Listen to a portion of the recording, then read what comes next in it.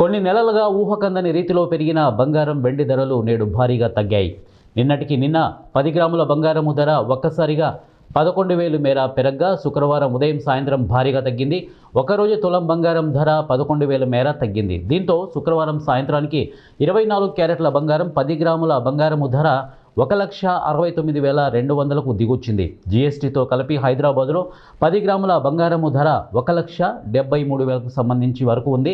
కొద్ది రోజులుగా ఆకాశమే హద్దుగా దూసుకెళ్తున్న వెండి ధర ఒక్క రోజులోనే భారీగా పతనమైంది. శుక్రవారం కేజీ వెండి ధర ఏకంగా 59,000 పతనమైంది. ఇక ప్రస్తుతం హైదరాబాదులో కేజీ వెండి ధర 3,48,000 వరకు తగ్గింది. బంగారం, వెండి లోహాలపై పెట్టుబడులు సేఫ్ ఆన్ భావించి ఇన్వెస్టర్లు భారీగా పెట్టుబడులు పెట్టడం, ఇక ఈవీ, సోలార్ ప్యానల్స్లో వెండికి డిమాండ్ పెరగడంతో ఊహకందని రీతిలో పెరిగాయి. 2 రోజుల్లో బడ్జెట్ 2026ను పార్లమెంటులో ప్రవేశపెట్టనుండగా మార్కెట్లలో భారీ హెచ్చుతగ్గులు నమోదయ్యాయి. ఇక ఇన్వెస్టర్లు లాభాలను తీసుకోవడంతో ఒక్క రోజులోనే 5 లక్షల కోట్ల బంగారం సంపద ఆవిరైంది.